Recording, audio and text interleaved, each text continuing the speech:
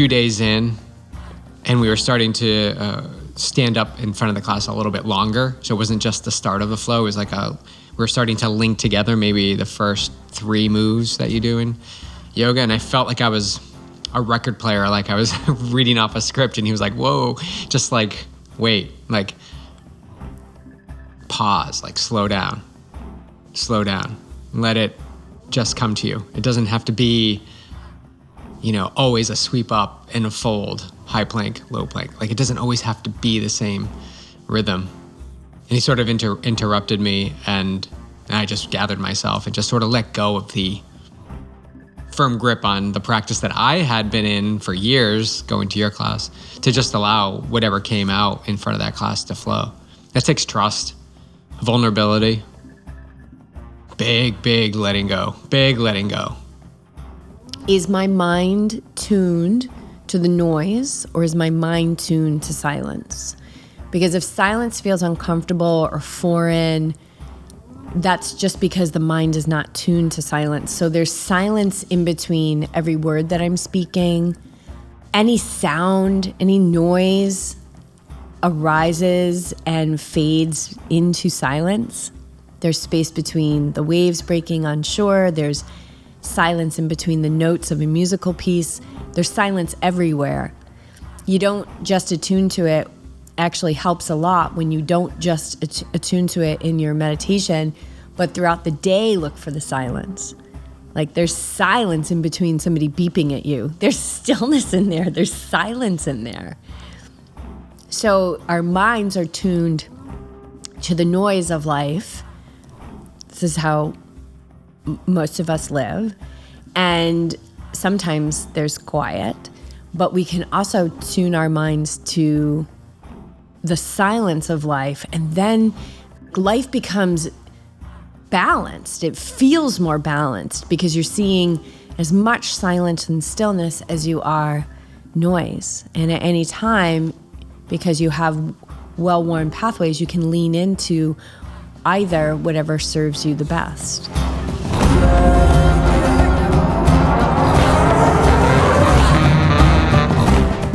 Welcome to the Yogi Triathlete Podcast. I'm Jess. I'm here with Bij, and this is our November Osho. This is actually going to launch the day before our 20th wedding anniversary. Isn't that wild? It's so wild. So I know, 20 years. So we'll get into that, but welcome to the show. Let's start with that. Welcome to the show. Also, big shout out to our Patreon supporters that make this show possible. Like without you guys, the show would not be happening. Was it last night or this morning? I was saying I think it was this morning when we were launching today's show, which was episode 340. I was like, wow, we have shown up for this podcast. And there was 1 week that we missed in 340 episodes. And it was right at the beginning, not that many weeks into even having the podcast.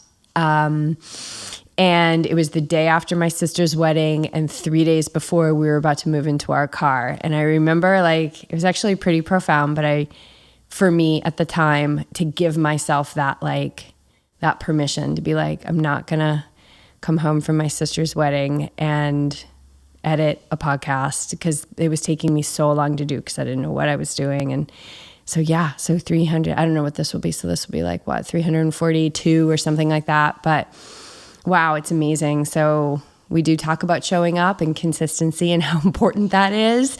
And yeah, I think we've seen it with just the flow of guests and the growth of the audience, the listeners, you guys. But yeah, so thank you to our Patreon supporters, because this wouldn't exist without you. It wouldn't. It keeps it commercial free, but more so than that, it keeps it going. So if you are a listener and you're taking some good away from this, from little as $5 a month, you can help us continue to grow it and continue to show up every week for it. So anything else you want to say as we lead into this episode that we have really no idea what we're going to talk about, which I love so much. Just that listening to Philip Urso, your yoga teacher, or guide, I guess you should say, or your spiritual leader that you walked into his studio and was like, that's your guy. Also was my yoga teacher, training teacher.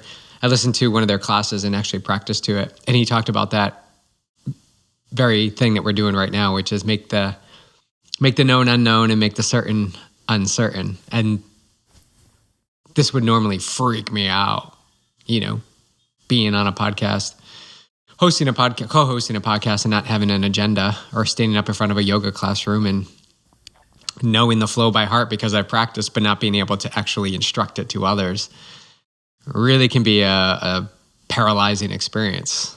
Can you remember something in yoga teacher training where he was teaching you to trust the present moment? Do I remember a moment when he said that? Yeah. Oh, yeah. Or when you were learning it? Yeah. Oh, my God. Yeah. What was that moment? Well, I think it was, a few days in, and we were starting to stand up in front of the class a little bit longer. So it wasn't just the start of the flow. It was like we were starting to link together maybe the first 3 moves that you do in yoga. And I felt like I was a record player, like I was reading off a script, and he was like, whoa, just wait,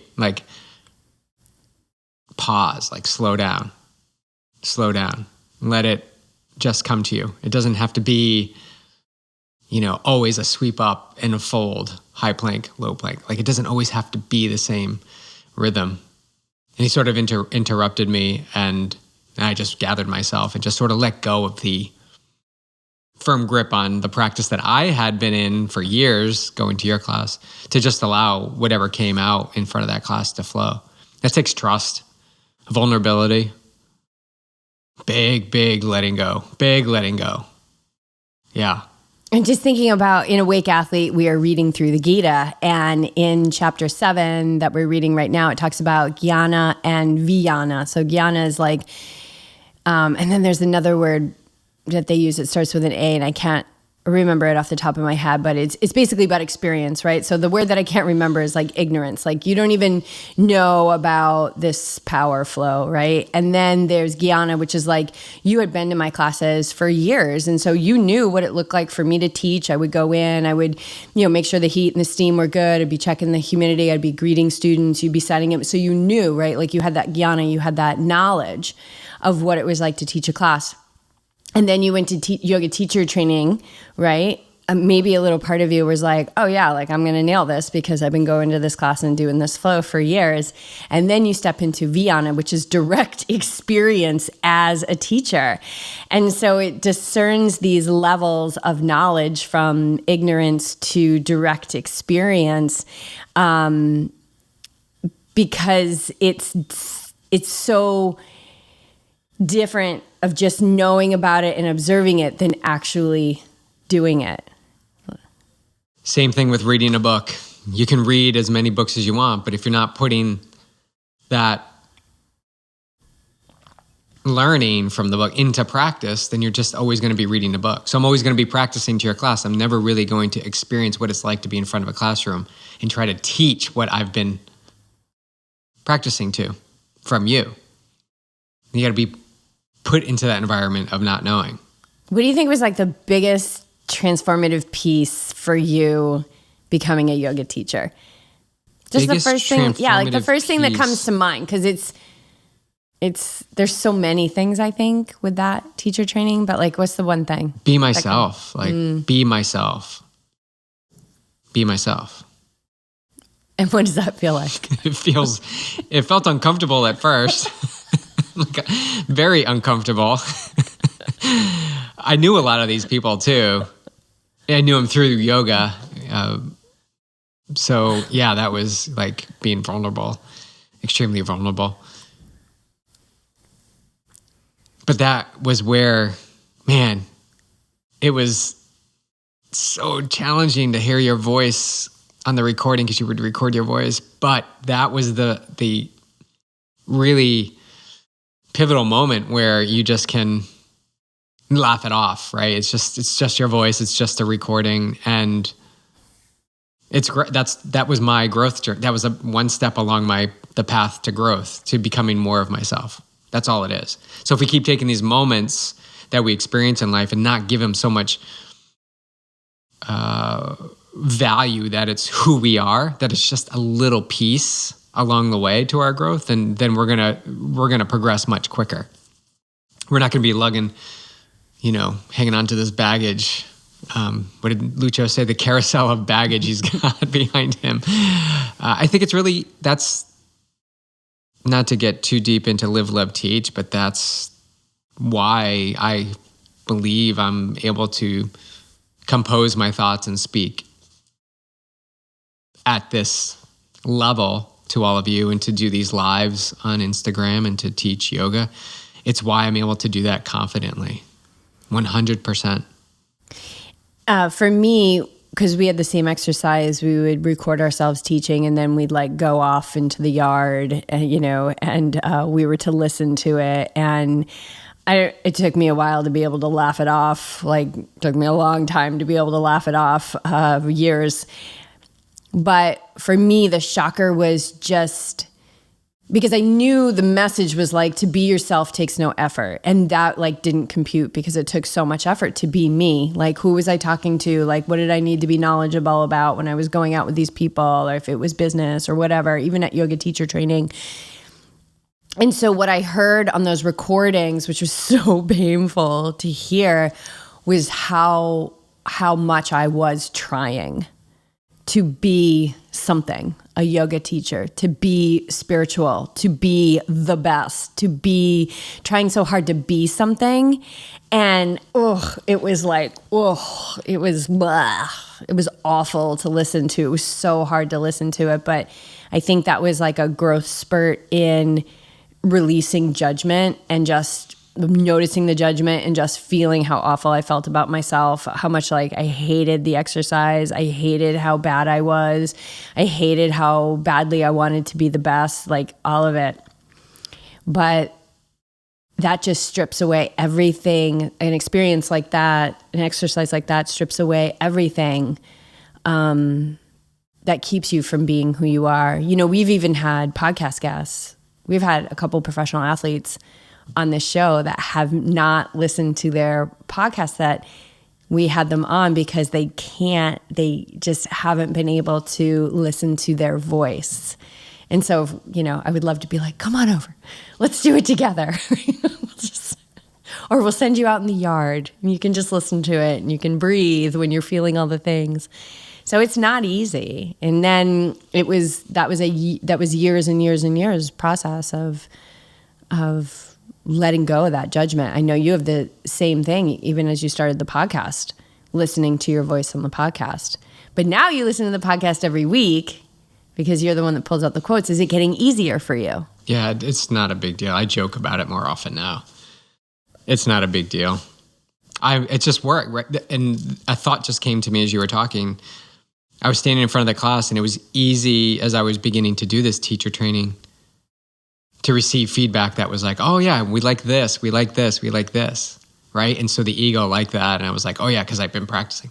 But it was that one person in that teacher training that would say, you could have done, and immediately your defenses, you feel that defenseness go up, right? That you don't know me, I've been practicing, whatever my record is. But I was onto it enough to say okay, this is the opportunity to learn.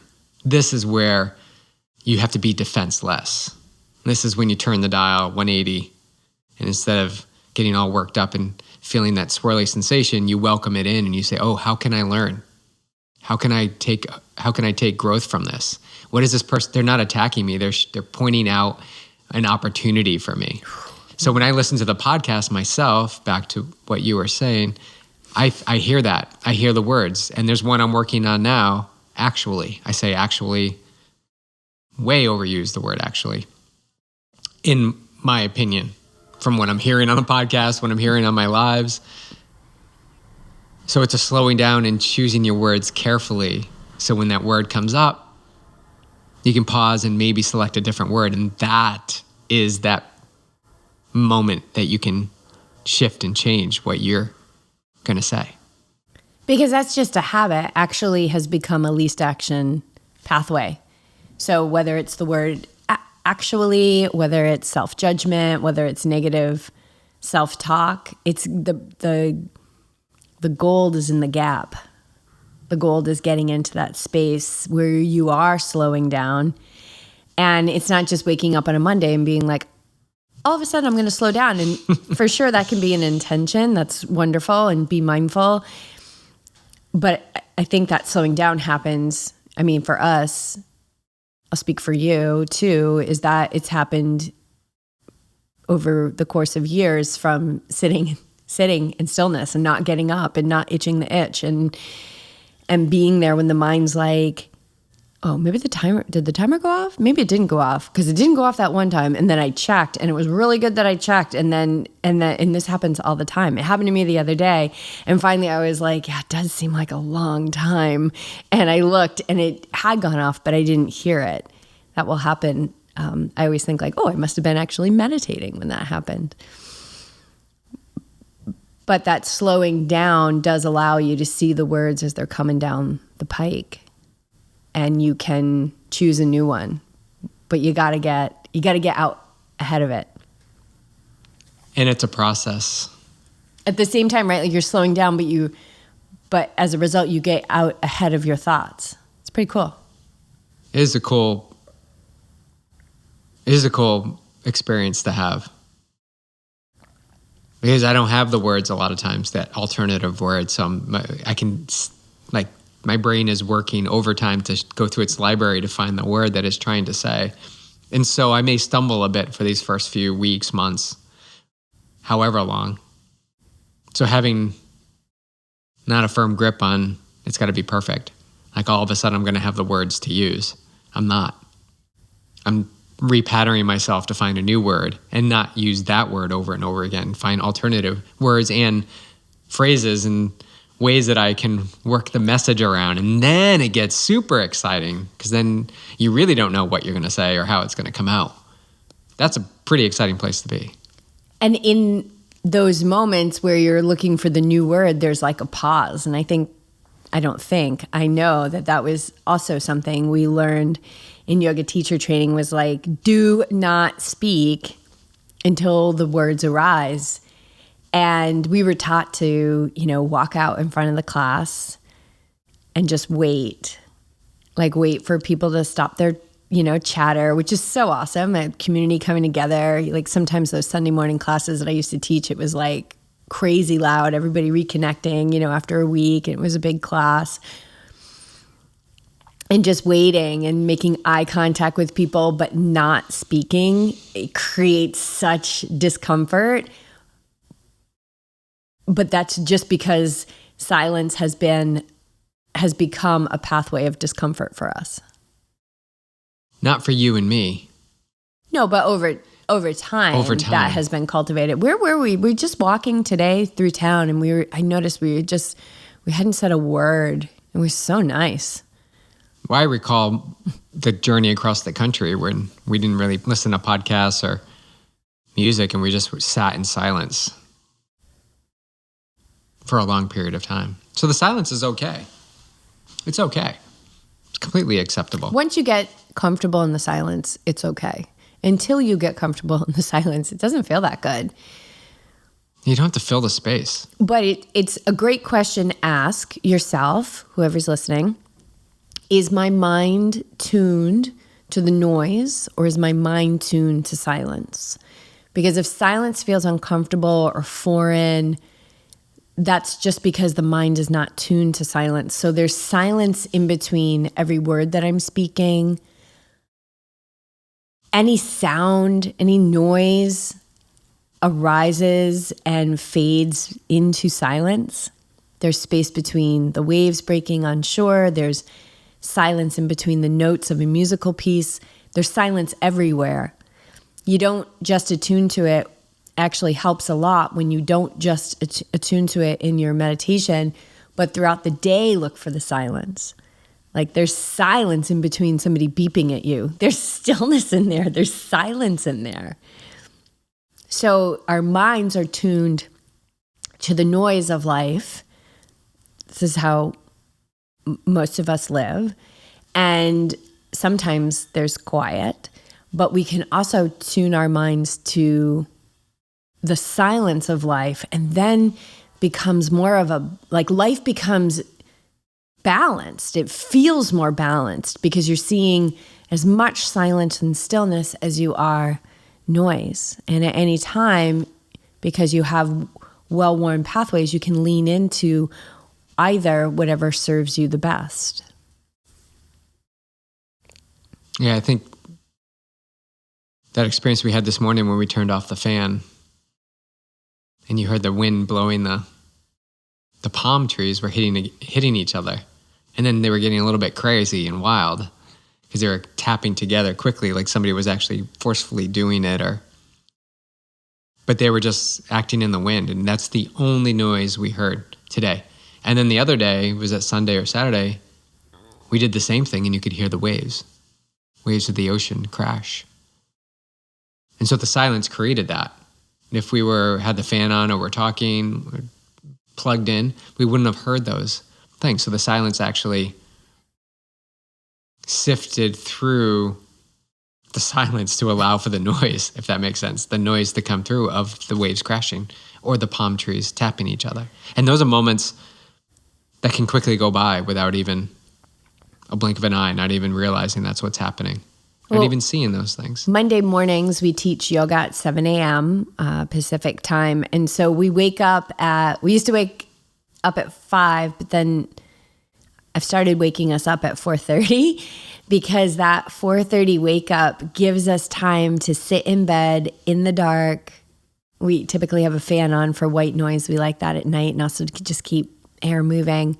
We'll turn the fan off and we'll just like listen. And we won't really even speak. And we'll take, sometimes like 15, 20 minutes just to kind of wake up into the day, which is, I love that. I would much rather get up half an hour early than feel like I didn't leave enough time before we're stepping in to teach yoga, right? Like this is what we do to teach yoga. And yoga is about yoking the mind.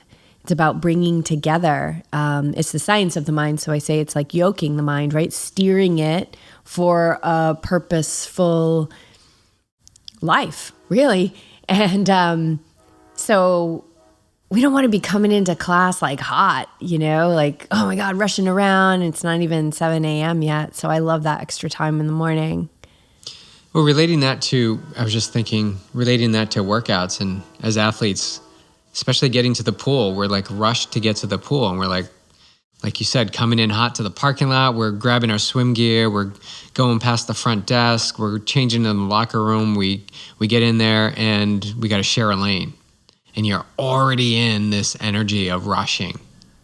You're not calm. Your system is not calm. You may think you're calm, but your system is in a rush. Like you got there. And then you see the set and you got to rush through the set because you've got a limited amount of time. And so this whole experience is rushed. So no wonder people who swim feel anxiousness. They feel pressure. They feel a lack of confidence in the water. What is your prep going into a swim? What is it like when you roll up to the pool? That just there, getting up a half an hour early, does that allow you to prepare, get your swim bag, drive to the pool a little bit early, even though it doesn't open yet, so that you can calm yourself in the car, take a few breaths? I've been thinking about this as I do my Saturday long rides and we drive out to Escondido, getting up early and getting the water bottles prepped and everything done and put in a bag. So all I have to do is carry out 3 bags into the car. And just because it takes 30 minutes to get to where I need to go doesn't mean I leave 30 minutes before I need to be there, right? This is the same, I love this realization you had, the same thing about speed. Just because the speed limit is 75 doesn't mean you have to go 75. Yeah, it's not a minimum, it's a maximum. Right. You can go 70, you can go 58, right? But that would cause, I'm assuming and guessing, that would cause a frustration in others with you driving at that speed. It could, and it has. And I've also been the crazy person behind the car. Like, make no mistake, I used to drive like 100 everywhere I went. I was a crazy driver, aggro, aggressive. But I've shifted that. I've shifted that, thank God, to the safety of myself and those around me on the road. But yeah, I mean, of course, it's not all people, right? Like, some people love to swim. And that's their they feel is their meditation. But as we talk more and more with age group athletes, there is resistance to the swim, like getting to the pool. I don't know what it is. I mean, I do know what it is. At least for me, it was like this belief system. I actually did a podcast in Awake Athlete, I think it was season 3, about this. Like, I started to examine this belief about the pool, about like, oh, well, it's not just an hour workout. I got to drive there, and then I get a shower there. And then by the time I leave and get home, and it's like 3 hours and all that. And I started to just really look at that and be like, do you have to shower? You don't really have to shower there. You could just get in the car, because I was showering there and then I was coming home and showering again. So there was just all these different things like, okay, where can I be more efficient? And also, is this belief that you have, which is kind of putting a damper on your motivation to get to the pool, is it true?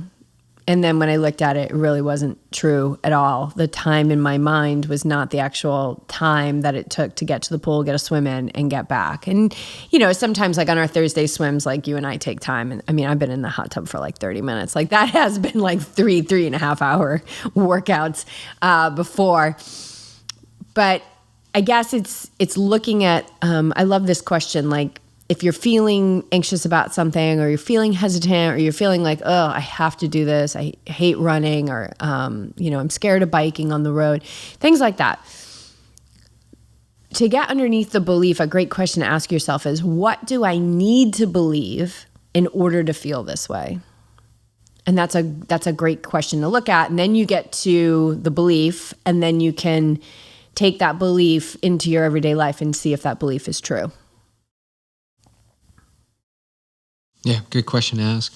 I think what we're addressing here is creating that, or finding that space between a habit that probably isn't serving us to something that is better for our growth.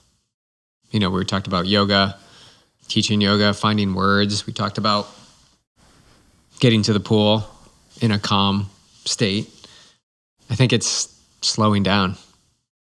There's a great book by Eknathaswaran, who is one of our teachers' teachers. And he actually wrote the translation of the Bhagavad Gita that we're studying. But I believe it's called The Art of Slowing Down. It's a very small little book. It's wonderful because he grew up in India, and I'm pretty sure he was in New York City, but he had like a big job and was like driving and, just doing the thing, doing the grind, all this stuff. And then, like big university professor, very, highly esteemed man of his field. And he just one day just kind of wondered why we were all moving so fast. It's a great book. Highly recommend it. I ended up giving it to somebody on the Maui retreat, but I would like to get that back in my hands. Well, Lawrence, I've been working a lot with Lawrence lately, and he has been sharing that same philosophy with the ability to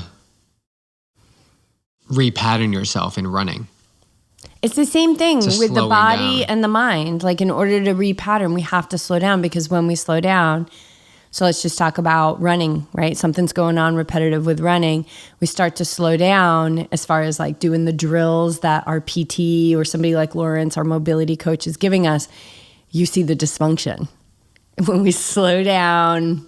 The same thing with swimming. They're like, I can't swim that slow. Right, you can't swim that slow because form breaks down, and it showcases and shines a light on your inefficiencies as a swimmer. Great. That's where we want to really get dialed in on. Same thing with the mind. When you slow down, you see, I'll use words like deficiencies or imbalances or dysfunction. You'll see that stuff. And so to think like just journaling is your mind training, or pushing through a hard workout is your mind training, or positive affirmations is your mind training. Like that stuff all helps. It does. Those are helpful tools and techniques, but those are tools and techniques. The actual slowing down is going to happen by stopping, by ceasing movement and moving into stillness. And you'll see what's brewing under the surface. I hope what you see is wonderful. I think some of it won't be so wonderful, but that's okay, because anybody who has walked this path, anybody who has sat and gotten still, anybody who has committed to sit and meditate and be still with their thoughts has found the same. I guarantee it. We've all found the same. You find anger, you find judgment, you find sadness. Yeah, goodies. Unworthiness. Goodies in there. All that stuff, I keep going back to the Gita, but this is the story of Arjuna, the greatest warrior of all time. Like the whole Gita is about him overcoming everything that's keeping him from his truest nature. And he's already the greatest warrior of all time. Like who he's going to be when he figures out who he is going to be, beyond. And that's the truth for all of us. So our wedding anniversary, you want to just jump? Let's jump. 20 years. So it's your year. Can you explain what that means? Every year we trade off who is responsible for planning the anniversary. And there's no hard guidelines on how the anniversary has to be. It just sort of comes into play. But each year it trades off. So this year's my year. So I'm planning this year, whatever it is, planning or no planning, it's planning. But I think one year we both raced Ironman Cozumel together. That was my year. On our actual anniversary, we were racing. Yeah. So the plan was to race an Ironman. That was it. Yeah. We've done a bunch of things, but it's fun. It goes back to our relationship where it's no hassle. So I get the odd years. That was my year. The 5th year, we went back to Hawaii. Remember, we went back there. Back to Kauai. Went back to Kauai. We stayed at the Hanalei Surfboard House. Mm-hmm. Yeah, that's a cool place. He's in a guy. Hanalei. He was the guy who owned it. Was a record producer for. Was it Virgin Records or? I'm trying to remember the band. Thompson Twins. Yeah. Or Milli Vanilli. No, Thompson Twins. Really cool guy, really cool place. Simon. He was from Simon, yes. He was from London. Hanalei Surfboard House. A record exec. And then I wonder if he's still around. He lived last I looked, he had in Hanalei. The place there. Yeah, super cool place. So that was one year. What else did we do? Oh my God, we've done lots of things. I can't remember. We've done nights away. We've done couples massages Castle in Hill. hot springs. We've done Castle Hill. I think I got Castle Hill one time. We had dinner and we got to stay in one of the beach houses. Yeah, we've done lots of fun things. And then there's been a lot where we've done nothing. Like go get a cup of coffee. And so when it's not your year, so it's not my year this year. I don't have to do anything. I don't do anything. Nothing. I just tell you what we're doing. Yeah. And I get to receive whatever that is. If your plan is that we walk down to Lofty Coffee and we get a coffee and that's all we do and we take a nap and it feels like every day, then that's what I get to receive. And that's your year. If it's something else, then I get to receive that. But I don't have to do anything. No card, no nothing. And we actually started this when we were dating, but we just wanted to take away that I thought you were going to make reservations. Well, it's our anniversary. Well, last time I did all the planning. We wanted to remove any opportunity of any of that in our relationship. And so I thought this was fun to just take it every other year. And so 20 years into marriage and 26 years into being together, it's worked. 97. 25, 26. 25, yeah. And the really good thing about this year is we backed it up the day after our anniversary with a nothingness day. Oh, yeah. Yeah, we are doing that. So we've got the anniversary and then the next day is a nothingness day. That's good. That's good planning right there. I like that. I'm ready to receive. So if you're asking me what I have planned, I don't know yet. I'm not asking you. I know. We'll see. We'll see what the day brings. You want to talk about bike camp? Yeah, we can talk about bike camp. I mean, there's a myriad of topics we can talk about. My new blanket. Oh my God, my new blanket. So BJ got a new blanket and I got a bike trainer. That's right. It's on its way. At the launch of this, you should have it. But yeah, you have entered back into the world of training, but entering the world of smart trainers. Yeah, I mean, this was a decision I have been thinking about for years. Like years. It's a big piece of equipment to bring into our house. I was laying in bed last night before I went to sleep, and I was just like, okay, could we still move out of here in a day? Could we still put everything into our car? Yes, we could. I mean, we'd have to probably give some things away, but I think we're still doing okay. This is just a really big piece of equipment to bring into the house. But what did I get? The Wahoo Kicker Core on sale. I snagged the opportunity to get that. Yeah, it's going to be perfect for you in what you want to do. It's not the Wahoo Kicker, the thing that I've been lugging around. It's like really heavy. But this is going to get the job done for you. You're going to get an account with Trainer Road, which is what we use most often, and we're going to get you on the trainer here and get you going into bike camp. So that kind of transitions us into bike camp. Really going to do a focus for our team, you included, 6 to 8 weeks of dedicated riding to raise our FTP numbers and to get really strong on the bike, which means roughly 5 to 7 bike rides a week. Running and swimming take a back seat. They're going to come down a little bit. And rides will be no more than, I think, most rides will be under an hour to an hour, maybe one ride longer. But it's really going to be quality work on the bike. None of this spinning easy. These are going to be really quality sessions. But it's a hyper-focused 6 to 8 week program. And we'll come out the other side and have a renewed sort of relationship with the bike. Because there's a few people on our team who are just getting started with triathlon and they just went through their first year riding a bike. They're learning how to ride a bike, literally how to clip in, how to descend, all the skills you need to bike. So this is a great opportunity to get them really strong on the bike. And when you're strong on the bike, you get confident on the bike. And that translates to moving outside. When you know that you can shift around, you know that you can move the pedals, you know that you can climb, you feel stronger, then the outside is a little bit more easy to adapt to. So this bike camp is for the team, for the athletes that train with you and Daniel for triathlon. And what is it like? It sounds like it's spanning from people who are literally just learned to ride a bike this year to what, like experienced Ironman. And it's good to hear that it's only going to be like a couple hours a day because, as you know, I'm finishing up a massive project, and everything I do in a day, I also need to save room, make room for this project. So to think about bike camp, you're just like, oh my God, I'm going to be on the bike like 5 hours a day. I'm going to get far behind. I'm going to get stressed out. But you're not going to set us up that way, are you? Yeah, it's a short period of time. 5 rides required, would be ideal, and 7 rides, 2 optional rides to go the extra distance because, we have athletes that want to do a little bit more, and probably a double ride day, which means that there's a day where you don't ride. So,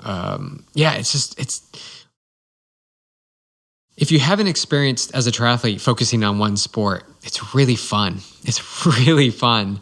I've actually removed running from my routine for the past 2 weeks, and just focusing on swimming and mostly swimming, but a little bit of cycling it feels really good on the body. And you've done the opposite. You've done just running focus and have shifted away from cycling and swimming for a while. That didn't feel so good on the body. Didn't feel so good, but it was fun to get into that. Like, all I need to do is lace up my shoes. Or when we would travel, you're like, all I need is my shoes and my pack. Oh God, yeah. Just being like, just being a runner, like running trails or running the road, like, yeah, it was like, all I need is my sneaks and my pack.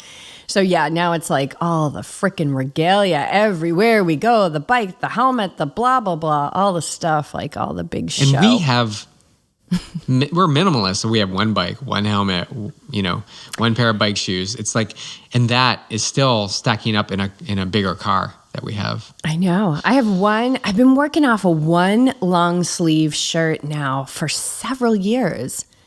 I do not own a long sleeve shirt that's just like a shirt. I just have. Is it the gray Lululemon? And I have this gray Lululemon, the Swiftly Lululemon long sleeve. It's a little bit looser. It's not like their skin tight one. And I've been living on that thing for years now. I think I don't even know. I maybe got that right after we moved here, but that's it. I realized I have a sweatshirt, like a hoodie that has sleeves, and I have a couple sweaters that have sleeves, but I don't have a long sleeve shirt. But I'm doing good with this one. But I went running with some girls yesterday, and they had one had a really pretty purple long sleeve shirt, one had a really pretty pink long sleeve shirt. I was like, and I had on my gray, somewhat stretched out. I'm like, okay, maybe this one's starting to run the course, but I think I'd probably donate that one and bring in the new one, which is typically what we do now. Still donating clothes. I still like to shop and get new things. But I'm donating things on the other end of that. And so the hardest thing is that everything I'm donating is like stuff I love and I wear. Oh, so that's tough. It's constant letting go. So yeah, I'm excited for bike camp. I am. I love riding my bike. I love riding my road bike at triathlons. I love it. It's just feels simple and fun, and I'm doing Oceanside this year, so I'm excited. Haven't done that one yet. I'm excited for Oceanside. I'm excited to stay a little bit more local. Oh my God, we traveled so much. We're going to Costa Rica. That's true. Going to possibly Finland and Kona again, but in the near future, we're staying put. Yeah, bike camp and then Oceanside, staying close to home. And camp. We have our camp coming up January 12th through the 16th. So if you want to see what it feels like to be in the Yogi Triathlete community, you're not already on the team, come and join us. It will also give you a little bit of an idea of what it's like to kind of be on retreat with us. Although camp is a big load. I mean, it's training plus all the things we do on retreat, yoga, meditation, cacao, all that stuff. Making pizza. I think we have a pizza night, right? Yeah, we're going to have a welcome party, doing a pizza night. I haven't finalized the schedule. I had a new inspiration that I'm seeing where I can work it in on the schedule. But we have a really, really nice group of people who are coming together, men and women, and it's based here in Carlsbad. And so we've got some spots left, and we'd love for anyone who's, it's kind of been on your heart, or you've heard about it the last couple of years and you think, oh, that could be a cool thing to do, but I'm not quite sure how to make it all work. Let us know. Let us help you talk through it. And if these words have maybe entered you vocalize these words, I'm thinking about coming, right? Seriously considering or thinking We've about heard that coming. so many times. I was seriously, I was like, I wonder if people are seriously still considering coming to Maui because it's over. Maui came and it's gone. Maui was such a good teacher. So what is at the root of that, you think? I think that when opportunity comes, this is what happens with me. Opportunity comes or an inspiration comes. I sit with it. I kind of know immediately what way it's leaning more towards, but I'll sit with it, but not long. I'll sit with it for a couple of days, and then a decision is made, whether it's a yes, whether it's a no, whether it's a maybe for the future, and then but I'm not chewing on it. I'm seriously considering it. I want to do it. I don't know how to do it. I want to do it.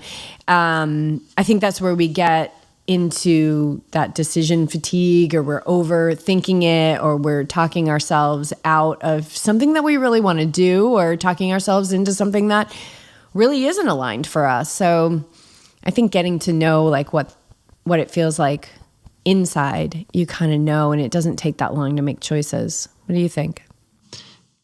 Well, coming from someone who really has been an overthinker and has a pattern of delay, and also you don't want to give the response that you really feel. Like, you know, you're not going to go, but you're leaving that option as filling it with like, well, I'm seriously considering it. Oh, instead of just saying no, I don't. Just say no, I don't want to go, because no is most often not an acceptable answer, right? Oh, if you say no to something, people are like, oh, why not? Like, oh, you should come. Like, we're all going to be there. But when you say yes, there's never a question as to why you said yes. I love this topic.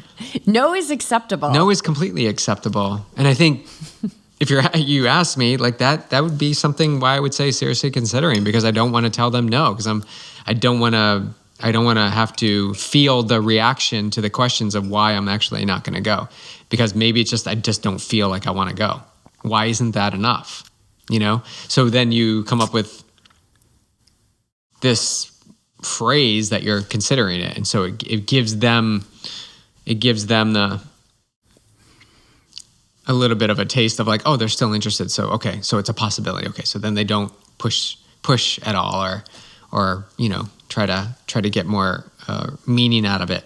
I think that's probably a big piece that I believe in. It's just not being able to say no, or feeling that there's going to be a flood of questions as to why you're not. I mean, that's maybe the karma and experience I had growing up. Like, if you say no to something, it was always like, well, you better get in the car and go see your grandparents, or like, it was you better go. There's no excuse for not going. And so I would have to find a reason, which never really worked, to get out of it, because I didn't want to go.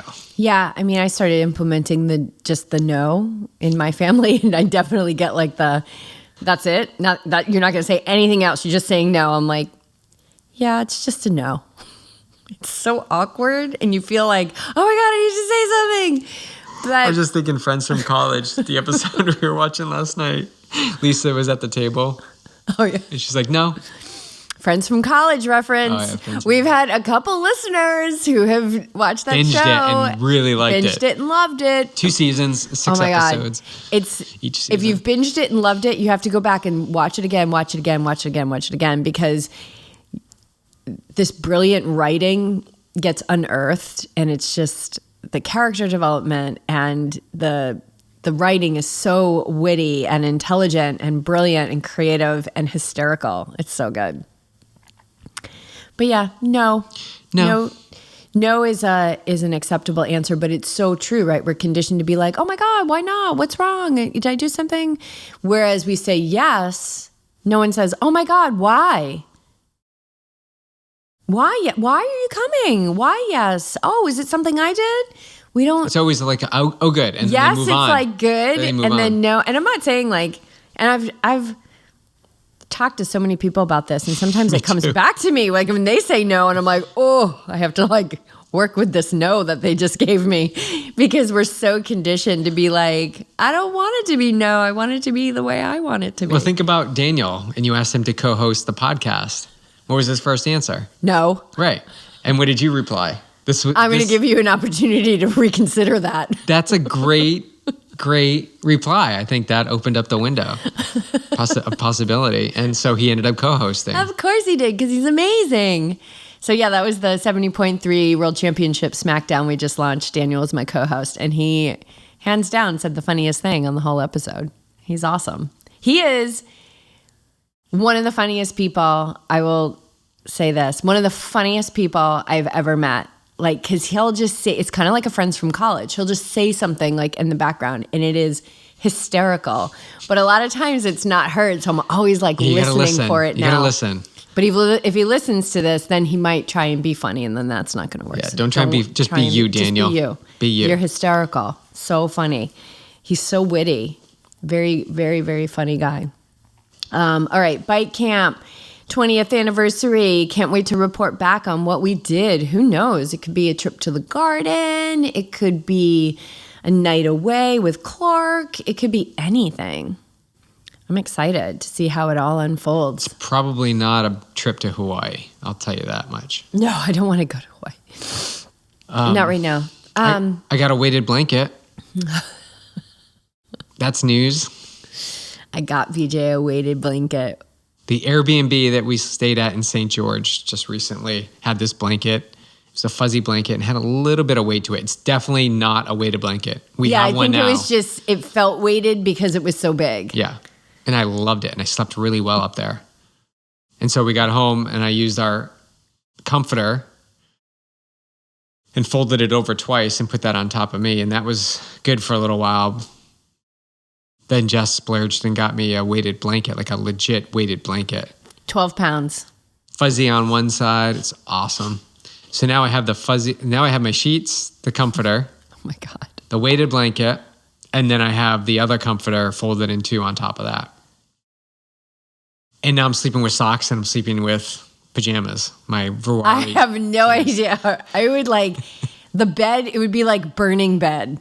If I was under all that would not work. It would not work. I would be way too hot. But I am getting a little play of a little bit of the weighted blanket. I usually get a little short sheeted through the night.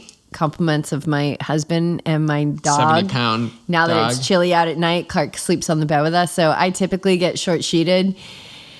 And it's a practice. I used to get really upset and mad about that, but now I just kind of laugh because you guys are so cute. But I can laugh it off now. Yeah. I used to get very angry, but now I laugh it off.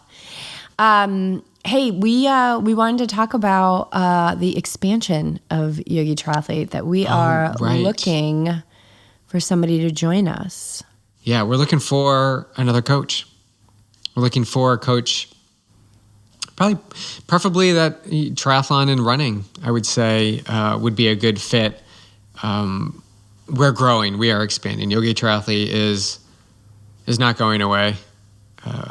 We're only thriving as a coaching business and as a community. So we want to keep it very targeted to our athletes. We want to stay in this realm of giving attention to our athletes and celebrating their own unique individuality and preparing workouts and conversations and events that match their goals and their opportunities for growth.